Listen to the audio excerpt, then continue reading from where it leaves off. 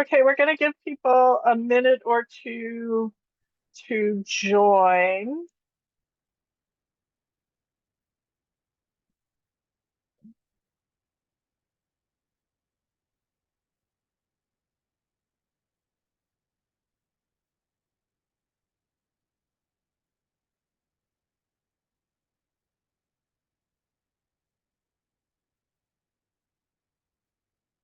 I'm gonna start in about 2 minutes.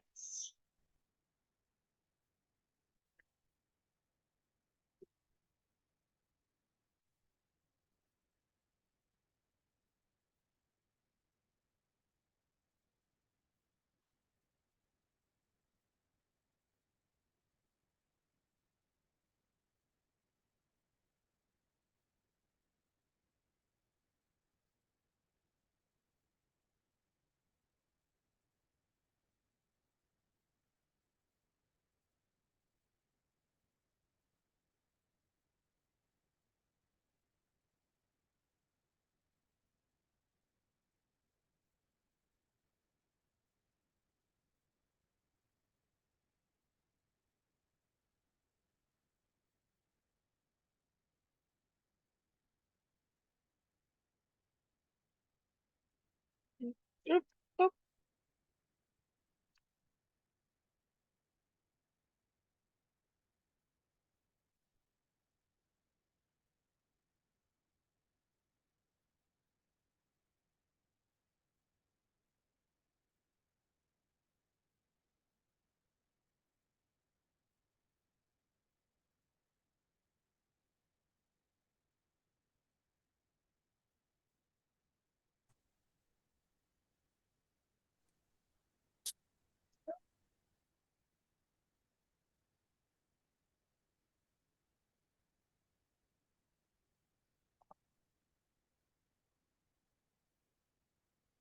There we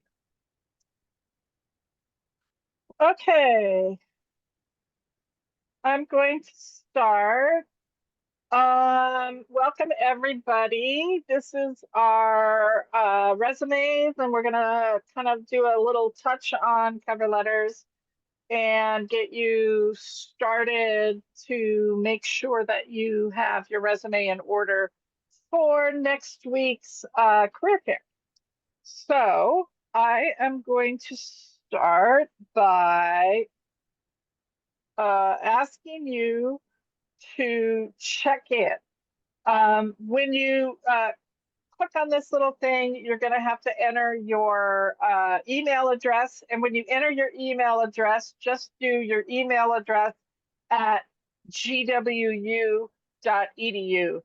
Don't put in the GW mail part because Handshake only reads at gwu.edu. So I'd like for you all to check in. And if you have questions while we're talking, you can go ahead and put them in the chat, and I'll try to get to them all as we go or at the end, depending on how it works with the flow.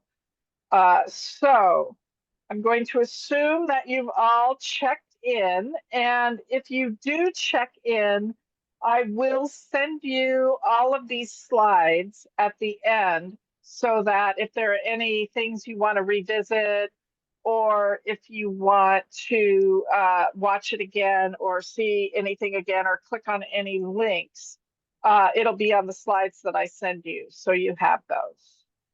Okay, let's get started.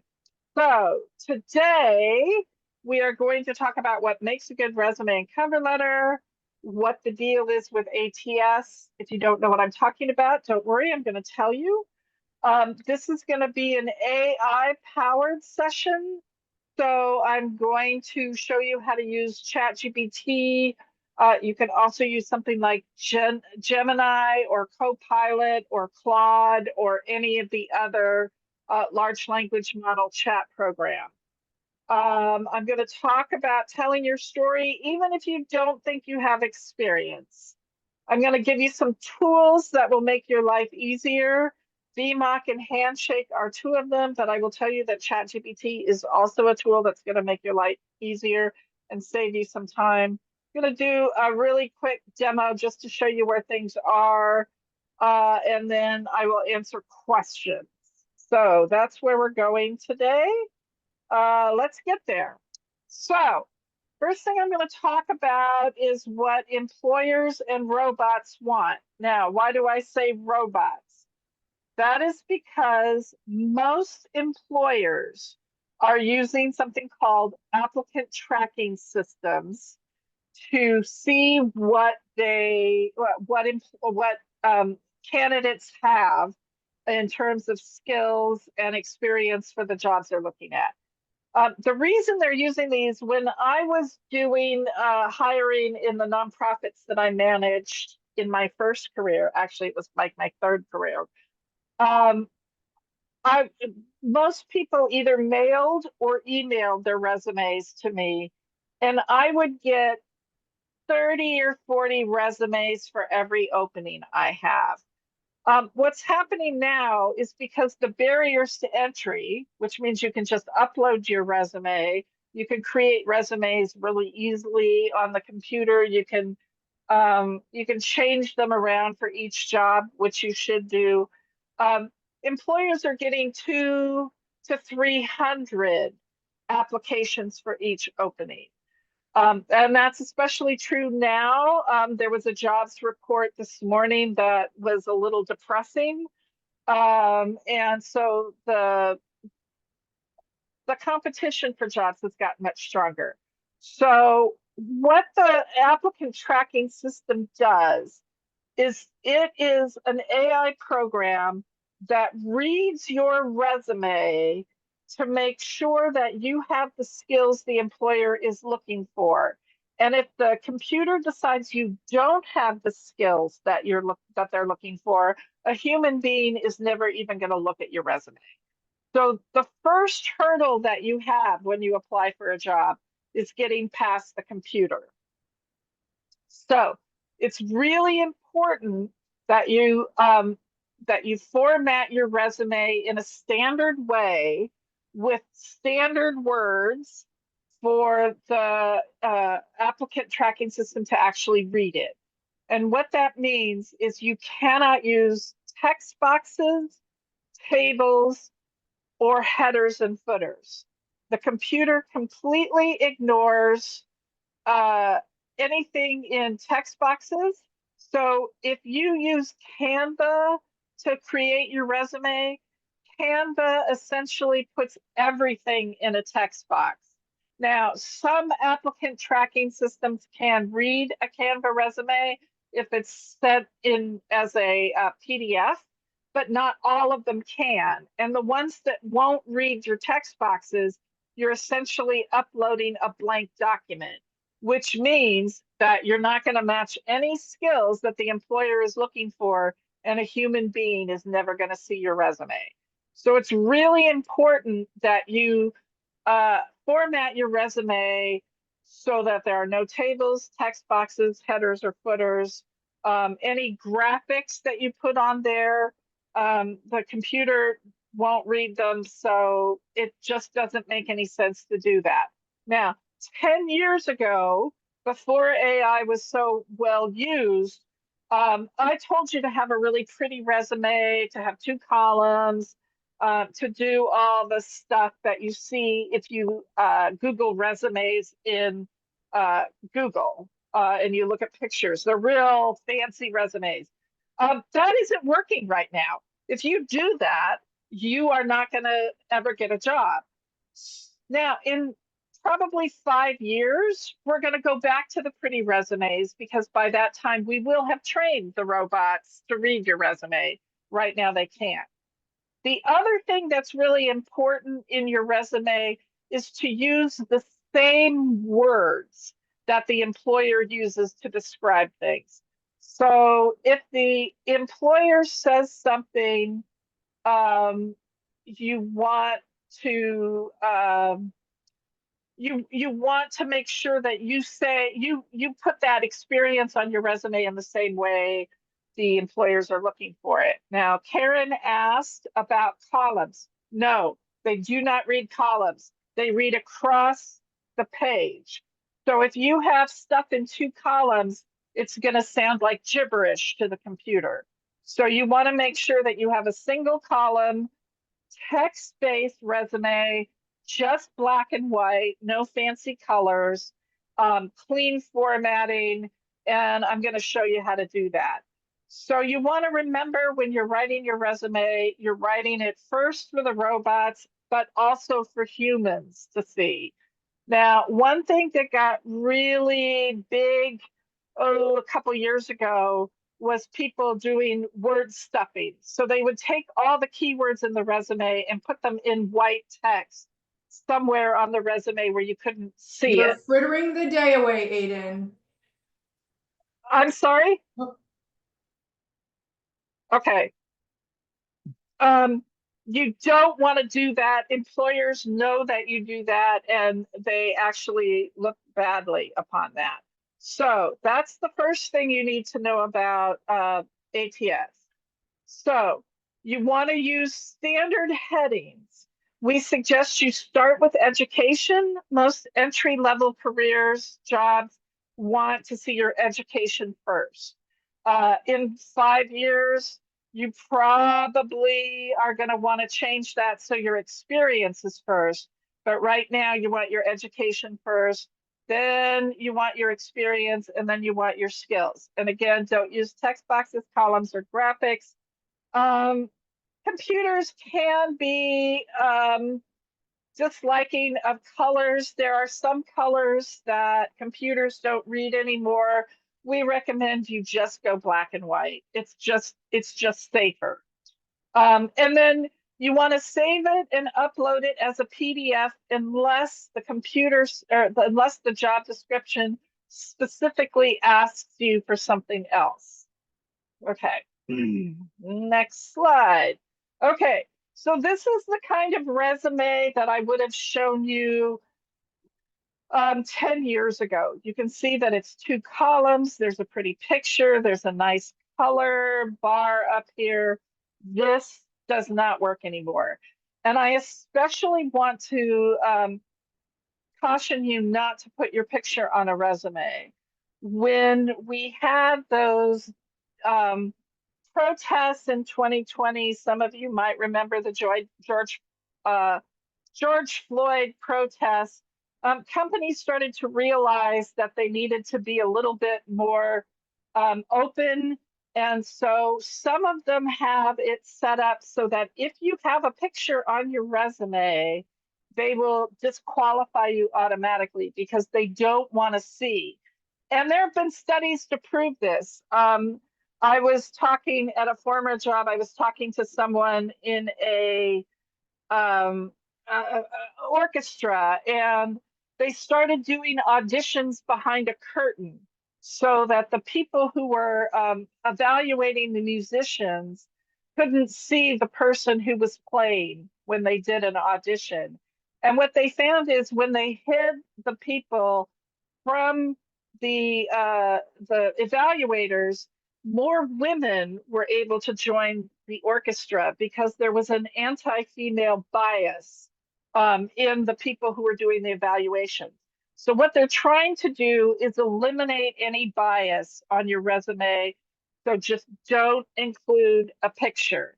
Now, that's really important for foreign students to know about because in many countries, you must include a picture. You also include protected things like religion and marital status and number of children. You don't ever want to do that on a US resume. Okay, so this is what we used to tell people your resume should look like. Now we basically want it to look like this. Now, Emily used green on her resume. We actually recommend that you don't do that, but this is basically what a resume should look like. Yours is actually going to look a lot better than this. This is a high school resume. It has an objective, which we don't use anymore. Objectives are when you used to type your resume, and so you couldn't change it for each job. Now the employer is kind of expecting you to personalize your resume for that job, so you don't need an objective. You can put a summary up there. Some hiring managers love summaries. Some hiring managers hate them. At GW, we generally say don't put a summary, but it's not a rule. It's a preference, and so you can put a summary on there, but only if you have space for it on your resume. Your experience is much more important. Okay, so the next important thing that you're going to put on your resume is the bullet points. And a lot of students get this wrong. I see a lot of resumes that say barista at Starbucks. Okay, so the bullet points might be made coffee, cleaned, worked with other people. I mean, that's very simple. But a good bullet point includes an action verb, a task, and then why it mattered, the impact. So here is kind of a standard bullet point that I often see on beginning resumes. Wrote memos, press releases, and position papers. Okay, that's cool. But here are better with more impact. And you can see that you can make the same bullet point emphasize different things. So this first option emphasizes versatility and output. Drafted high quality memos, press releases, and position papers to support organizational communication across internal and external audiences. And what this does, and so this is the bullet point. I didn't want to do that, sorry. Drafted is the action verb. High quality memos, press releases, and position papers. That's what you did. And then why it mattered was it supported organizational communication across internal and external audiences. So here's option 2. This does strategy and impact. Developed targeted press releases, position papers, and internal memos. Okay, so you can see that essentially the duties were the same, but the impact was to shape public messaging and advance policy objectives. Now, what you want to use here depends on what the employer is looking for, because what your resume is, it's a paper that shows your employer, not tells, but shows the employer that you have the skills to do the job that they are looking for. And you can see that this last one is writing skills and audience awareness. So produced compelling written content, including memos, press releases, and policy briefs, tailored to diverse stakeholders from media to decision makers. So any one of these is good, and you would use it, each of them on your resume, but you want to choose the one that shows what the employer is looking for. So you want to get into the head of your employer and figure out which of those best describes you in a way that shows that you can do the job the employer is hiring for. I'll answer Jaren's question at the end. So one of the ways to think about how to write it is STAR. STAR is situation, task, action, result. So the situation task is what was the background? Okay, so why were you doing what you were doing? What was the context of what you were doing? What was the problem? And then provide enough of the context to, and then the challenge you were tasked with working on were responsible for. So that's the first step. The next step is the action. What action did you take to work towards the end goal? What did you do to fix the problem or handle the situation? And then that was what you did. And then the last one is why it mattered. What happened in the end? Explain the outcomes and impacts of your work. Anytime you can quantify what you did, you want to do that. So let's say you had an internship and you were helping with social media for a hair salon. And the hair salon had an Instagram account and they asked you to post things. And so you started creating some fun videos, some Instagram posts to kind of convince people that this was the best hair salon for them. And when you started your internship, the hair salon had 500 Instagram followers.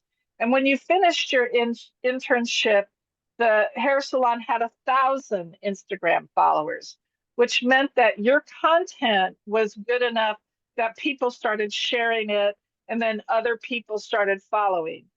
What you did was you increased engagement by 100% because 500 is 100% of 500. If you doubled um, the engagement, you doubled the engagement. You increased it by 100%. So that's what you want to do. Anytime you can quantify what you want to do that. The other thing that's good to do is to think about uh, what you did to save a company time or money.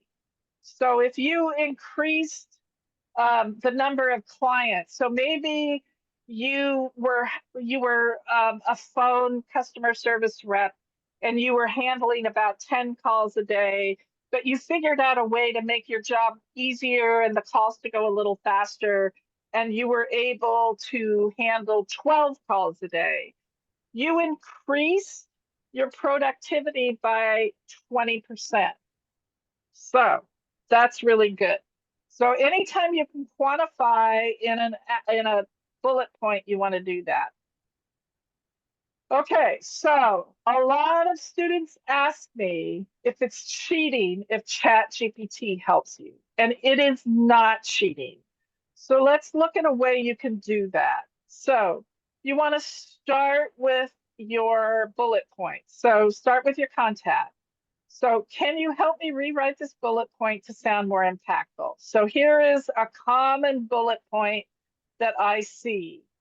But here are 5 different ways you can say that show the employer that you have time management skills, that you have quality, you understand quality expectations, that you're efficient. Here's a good one that is quantified: achieving 100% on-time delivery. That is quantified, and you see that to deliver results-driven projects under tight deadlines, that's the why it mattered part. That's the why it mattered part. This is the why it mattered part.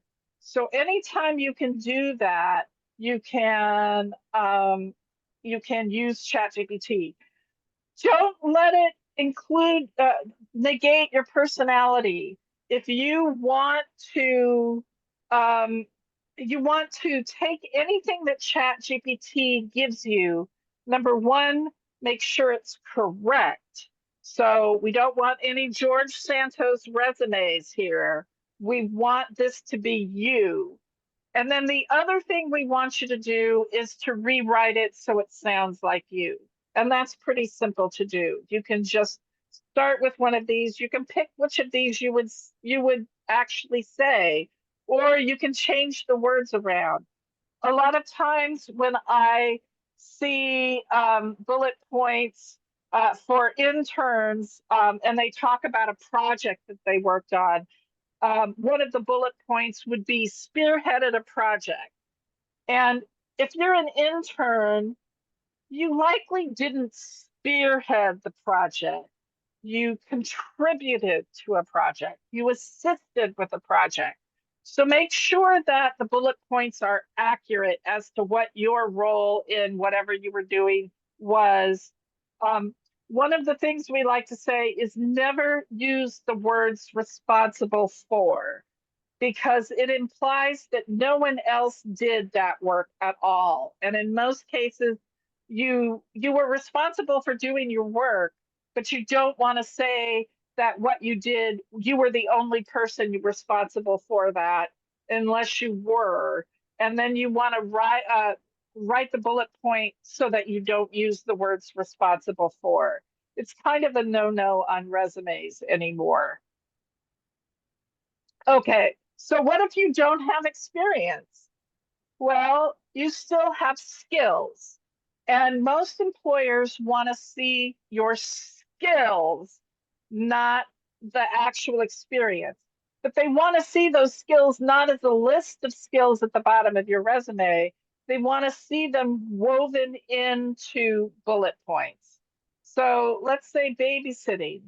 You probably demonstrated communication and crisis management skills, because with babysitting, there's always a crisis at some point.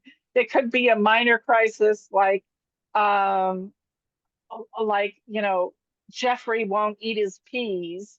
And it could be a major crisis, but it's still a crisis. I mean, if Jeffrey doesn't like peas and he's supposed to eat his peas, for Jeffrey, that's a crisis. Okay, so maybe you worked at Target. You probably did customer service. You probably did time management. You probably handled conflict. Those are all skills that a employer is looking for, even if the retail associate doesn't match what you're doing. The skills match what the employer is looking for. And here's another one: peer tutor. You probably showed skills of communications, patience, adaptability, and leadership. So that even if you were a volunteer or it was just part of a class in high school, if you were a peer tutor, you can get really good bullet points that show that you had those skills as part of your resume. Okay, so we have some tools you can use. So in Handshake, we have, and I'm going to show you that. So let's see, is it here? No, where did I put it? I opened it up and put it somewhere. Uh, Let me see. And all of the stuff that's open on my computer is not showing me what I wanted to. So let me get that up. General resume. So if you go to, oh, wrong one. I have too many little things on here. There we go. General. Okay, so here is the general resume page. And I'm just going to bring it down here and put it here. Now, it looks a little bit different than when you do it, but what you want to do is go to the career center. When you look at the right side or the left side of the handshake, there's a thing over here that says career center. If you click on career center, that's where you make an appointment with one of us. But you'll also see on that page a bubble that says resources. And if you go into resources, you can see that there's a general and policy resume tips and guides. So this is just like a short thing that talks about design and formatting rules, what you need to have in there, a little bit of stuff. But down here, there's our general resume guide, which gives you more information and helps you walk through the process of doing your resume. And we have this template. The template works best on Word. And when you download the template, you'll see it's all laid out. It's already got the George Washington University on there, but there are gray boxes and it tells you what should be in the gray box. So right at the top, there's a gray box that says first name. All you have to do is click in that box and type your first name. And then there's a gray box that says last name. You click in that box and type in your last name. It's very simple. And there's a quick start guide to help you get through the template if you need it. It's just a one-page thing that walks you through how to do it. Anything that's on the template that doesn't pertain to you, because like there's a whole section on research. If you're a freshman, you probably haven't done research. You can just select that whole section and delete it. It's very easy. And then if you're an international student, I have a quick guide here of how resumes are different in the US, because they definitely are different. We have a whole 2-page handout on action verbs to get you started on really good action verbs, because you want to vary the action verbs in your template, in your bullet points. And then there's also a worksheet if you need some help figuring out how to take your babysitting skills and make them more impactful if you want, say, a job as an intern on Capitol Hill. So it will help you do that. So this is available to you 24/7, 365 on the Handshake website. Okay, we also have VMOC. And then on the CS, the Computer Services website, you want to click on students and then scroll down to career prep and look for the resumes. There's a resume thing that will just help you start a resume. And then once you have your resume, this is something I really like, the Smart Editor. With the Smart Editor, you take the resume that you've created, you upload the job description of the job that you are applying for, and it will suggest changes to make your resume even closer fit for that job, to ensure that you actually get in front of a human and hopefully get an interview. So these are 2 tools that we offer you that you can use. VMOC is AI assisted. It will help you write bullet points. Handshake, you have to write them on your own, but you can also use AI to do that. So those are there for you to use. Okay, so these are rules. There aren't any hard and fast rules on your resume except the ones I told you about: no tables, no text boxes, and no headers and footers, and no 2 columns. So normally you want to keep it to 1 page. You want to use standard fonts. A standard font is like Arial, Calibri, Cambria, Aptos, Garamond, and Times New Roman. Those are the 6 fonts that are mostly used. And you want to make sure that your resume uses the same font throughout, in the same size throughout. We suggest not smaller than 10 points. Most of you can use 11 points and keep it to 1 page, but if you need more space, you can use 10 points. If you can't fit 10-point resume on 1 page, you probably want to take some things out of your resume.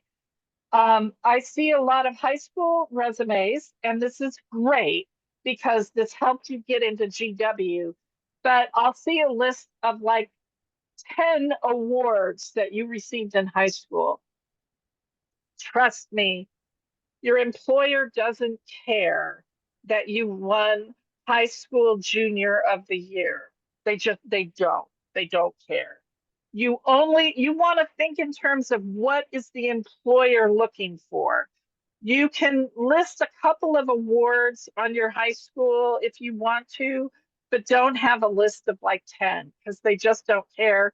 It takes up too much room on your resume, and you only want to put on your resume what that employer needs to know to show that you can do the job that they're asking you to do. Again, the summary: hiring managers hate or love them. You can use one if you have the room. Make it short and snappy. You don't include references on a resume. This was something that we did 30, 40 years ago, but we don't do it anymore. In most cases, when an employer is using an applicant tracking system, they're going to ask for your resume or your references on the applicant tracking system. And if not, they're going to ask you for your references just before they go to check them. So when they ask for your references, you know that they're going to offer you a job if your references check out. And then a lot of people like to, especially people in creative industries like graphic design or creative writing or something like that. Generally, you don't want to make it too out of the realm. As I said, those headers, education, experience, and skills, That's what the computer is looking for. If you try to be funny or creative with your titles, the applicant tracking system is going to get confused and it's just going to move on to the next resume. So don't use fancy fonts, no text boxes, no pictures, no graphic, few, if any, colors. If you do colors, they can only really be in your name and the headers. Don't put them everywhere. It has to be readable by the AI. Okay, so I'm going to pivot a little bit to cover letters. So a cover letter should convey why you're interested, why you're a fit. So you want to take one or two things that you've done for experience. And remember that experience is not just paid stuff. If you were the president of your senior class, and you did things as president of your senior class, that is an experience on your resume. And you can talk about what you did as president of your senior class. If you were a volunteer at a food pantry, that's experience. Talk about that.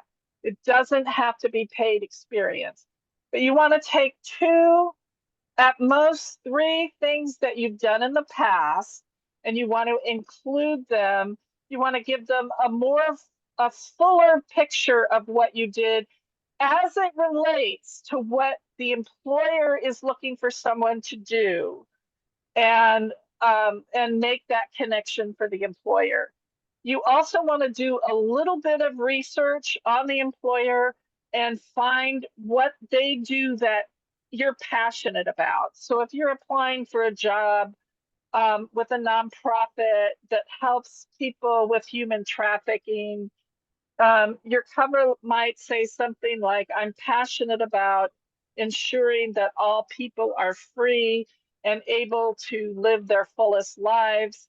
That's why this position in human trafficking is so meaningful to me, blah, blah, blah. So you want to explain to the employer why you want the job, and that you're a good fit.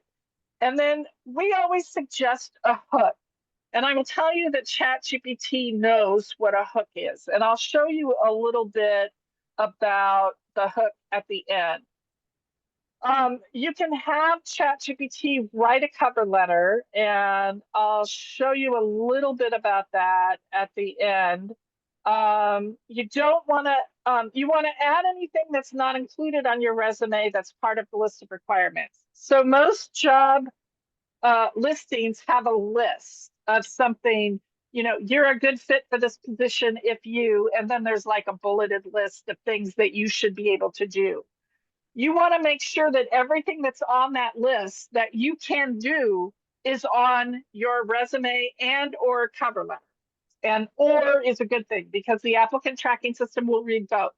So my standard illustration of this is, so you've done a lot of stuff, and you're applying for a job as a social media manager, and it says photography skills helpful. Okay, so maybe there's nothing on your resume about photography, but you took a photography class in high school or at your local community center, or you just taught yourself Photoshop. You want to talk about that in your cover letter to show that you have those photography skills, even if it's not documented on your resume. And then you want to use the same heading on your resume. So if we go back, and I'm going to go back a couple things here. Sorry. Look, one more. Oh, no, this one. Okay, so you see, this is the heading, and the heading has your name, the city where you're applying for jobs, one email address. I've been seeing a lot of resumes with two email addresses. Pick one. Otherwise, you're just confusing the employer. So pick a email address that you're going to check regularly and use that. And then your phone number. You really do need all three of those pieces of information. But the two most important are both your email and your phone number. There are some employers that phone. There are some employers that email. If there's something else that they do, they might check your LinkedIn, so you can put your LinkedIn up there. If you have a portfolio because you're a creative, you can put your portfolio up there. But if you don't have your phone number and that employer only phones applicants, they're not going to contact you and you're not going to be part of the uh, class of people that are doing it. So, let's go back here. So, you want to use that same header that's on your resume so they're visually connected. So if they get separated on someone's desk, you can do that. Okay, so final takeaways. You want to think both the human and the machine. You want to show, don't tell. So all of those soft skills that you have, communication, time management, problem solving, customer service, you want to weave them into your bullet points. You want to use tools, but you also want to make it sound like you. So make sure that you read everything carefully.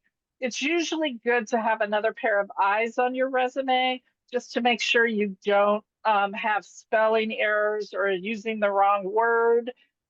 Wrong words often don't come up. One of the things at my last job I saw, like in 50% of the resumes, was they spelled customer. So they were a customer service representative, COST, uh, COSTUMER, which is costumer. A costumer is someone who works in the theater and helps the actors with their costumes. It's got the same letters as customer. The U and the O are transposed. So I saw about half the resumes, they were costumer service representatives. That is bad attention to detail, but word spell check will not pick that up because that word is spelled the same. So you want to make sure that you are spelling all the words correctly and you're using the correct words. And remember, you already have what it takes. I see a lot of students who see things like entry-level job requires 5 years of experience. They don't have 5 years of experience. If you have everything else on there, apply anyway, because most employers care more about the skills than about your experience. So you really want to emphasize the skills that you have. And if it's the perfect job for you, apply for it, even if you don't meet 100% of the qualifications. We like to say 75 to 80% is fine. If you meet 100% of the qualifications, you're not going to grow in that job, and you want to grow in every job that you have. Okay, so remember always that the computer is incredibly fast, accurate, and stupid.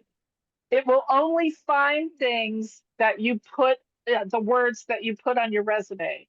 For instance, when I have people do resumes, I always have down in the skills section Microsoft Office, and then in parentheses, Word, Excel, and PowerPoint. And that's because if you have Microsoft Office on your resume and the computer is looking for Microsoft Word, it's not going to give you points, even though you and I know that Microsoft Word and Microsoft Office are essentially the same thing. But the computer doesn't know that. It's stupid. You have to think like really in that frame of reference. So man is unbelievably slow, inaccurate, and brilliant.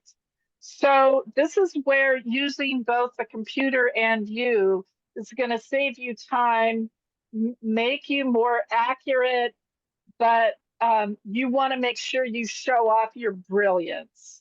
So the marriage of the two is a force beyond calculation. I love this quote. So real quickly, I'm going to bring in something and I'm going to show you I'm gonna look for just, let's do a communications internship near me. And here's a communications internship. So I'm going to look at these things here. So there's the qualifications, responsibilities. That's what I want. I also am going to highlight all this.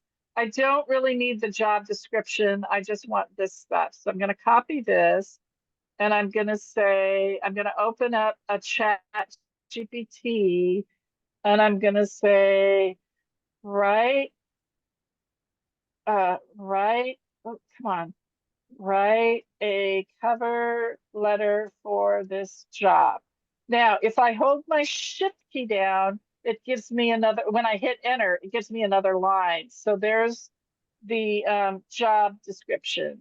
And I'm going to say, use this experience. And now I'm going to open up a a resume, and I'm not going to tell you who it is, but I'm just going to do a resume. So let me open something dry, and I'm not showing you what I'm doing because I don't want you to see the name of the resume that we did. But I'm going to copy everything on this resume except the name and the cover, the name and the contact information. You don't need to have that in here, okay? So now I'm gonna hit shift return again. Let's make sure I copy this. I have too many things open on this, okay? And I'm gonna paste this resume. So you can see that this person studied abroad, has a summary, but we're just going to do that. Okay, so now what's going to happen is it's going to be a draft. So here is a draft cover letter. I'm excited to apply for the communications as a biology major at the George Washington University with a minor in Spanish. So there is the what they did. This really honed my ability to manage logistics. Now, what it's doing here is it's looking at the job description up here and the responsibilities and probably, let's see, qualifications, enthusiasm. So this is what they do, requires multitasking. I'm looking to see, well, okay, but it doesn't, but it's gonna actually write things that you did. So you don't need to include this information when you copy it. You want to just start with the date, and you see that it's it's already addressed it to the hiring committee at IMP in Washington, D.C. This is all you need on your address section, but it should be laid out with this. So you want uh, your name and contact information at the top, and then you want your date, a space, the hiring committee, a space, dear hiring committee, a space, and then your letter. Now, what you want to do now is a hook. So, and ChatGPT knows what a hook is. So I can say I need a hook for this letter. I'm passionate about, and I can't remember what this job was, communications for policies, logistics manage. Oh, see, that's why it said logistics manage, journalistic writing and editing.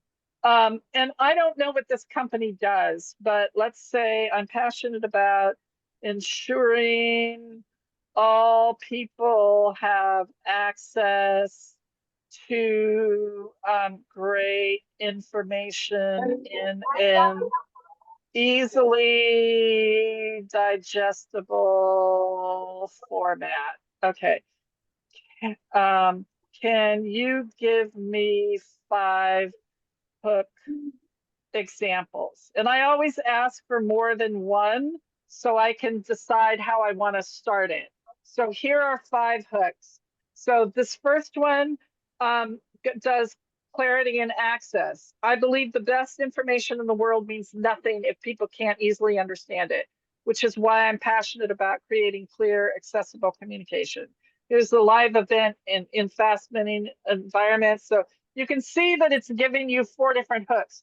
What you want to do is take this. So say you want to use this one, put it the first sentence on your cover letter, and then transition it to say, that's why I'm so excited to apply for the communications internship at, I can't remember the name of the company, but the company.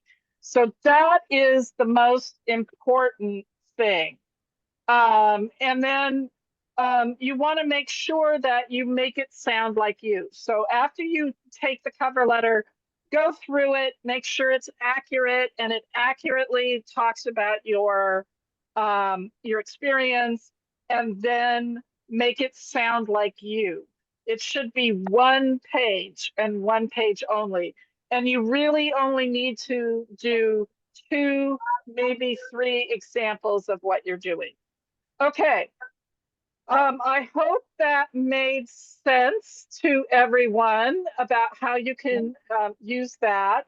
Let's see, I've got a couple of questions. In a career fair context, when you have one resume that you're handing out for everyone, so you wanna be broad, but you want to think about what you want to do after graduation, or what skills are you looking to gain right now, and write it for that. So if you are a sophomore and you're looking for an internship, and we can do that.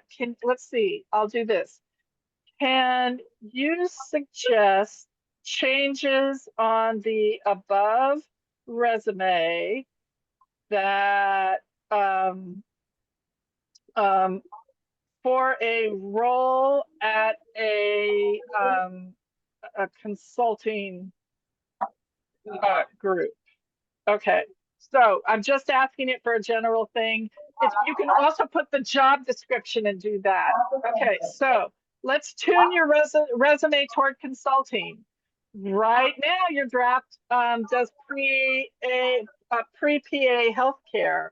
So it's going to suggest a different summary, but it's going to suggest subtle changes to your bullet points to do just what you want to do. So think about what you want to do and ask chat to help you with just that.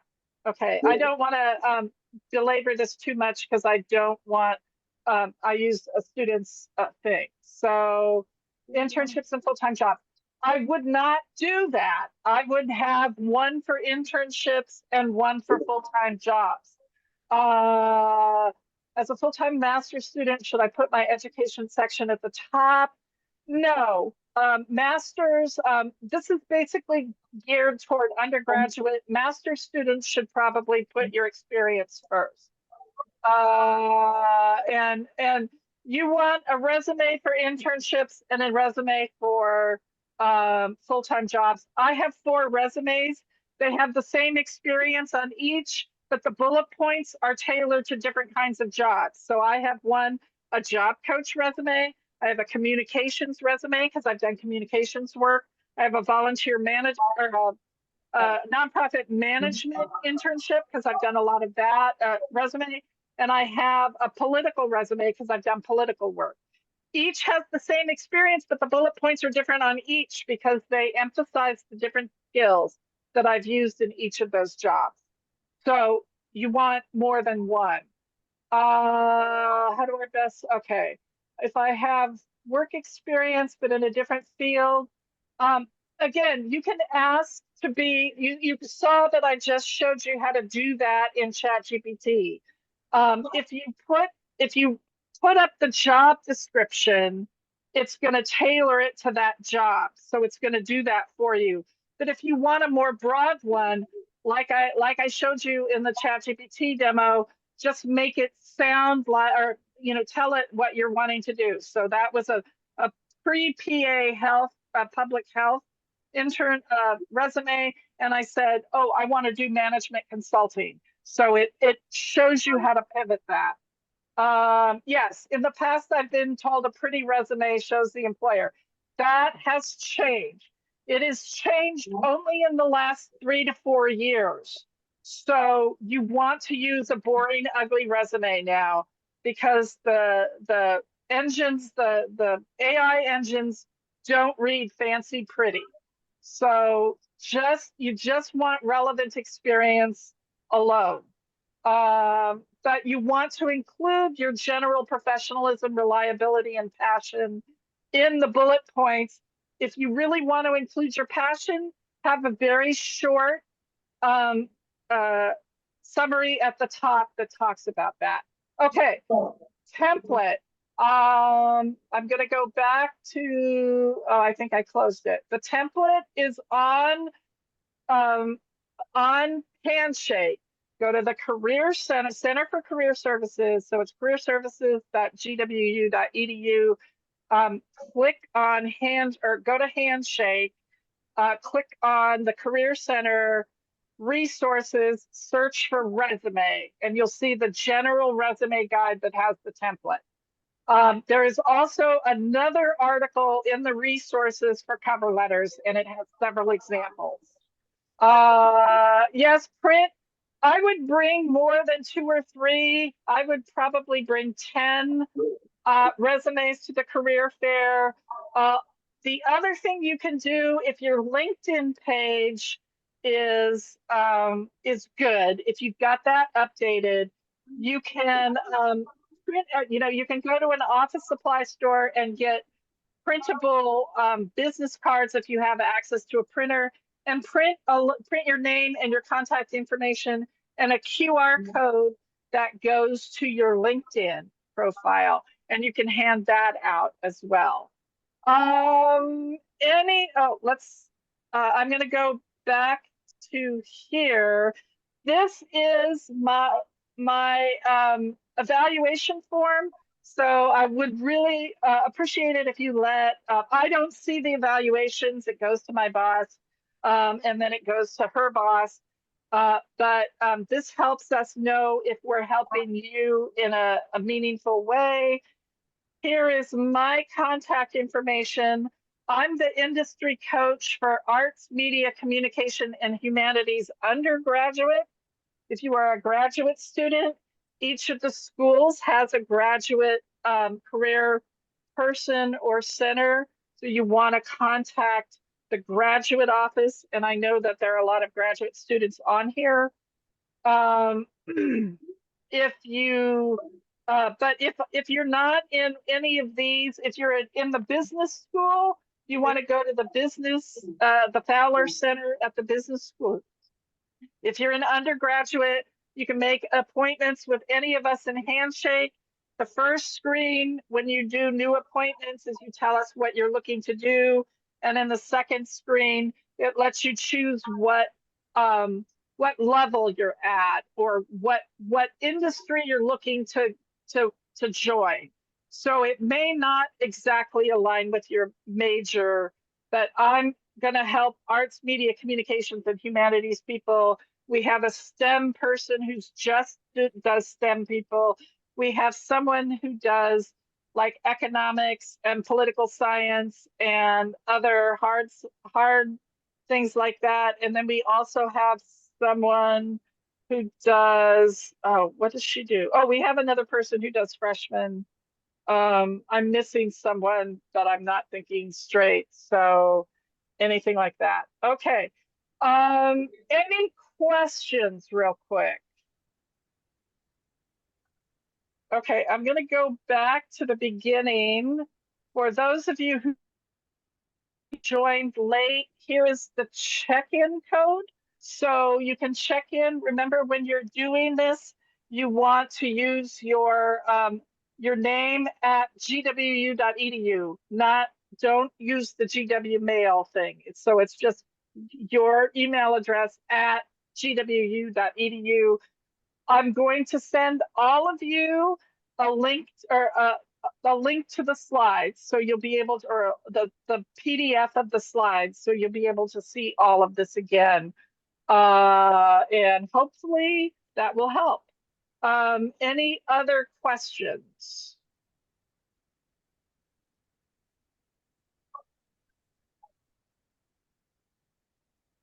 Okay. Oh, wait, someone's there. Did someone ask something?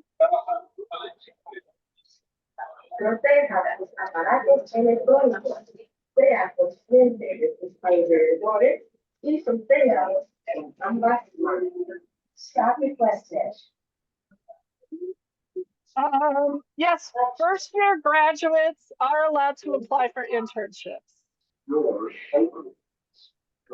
Anything else? Okay, it was great to see you all today. Good luck.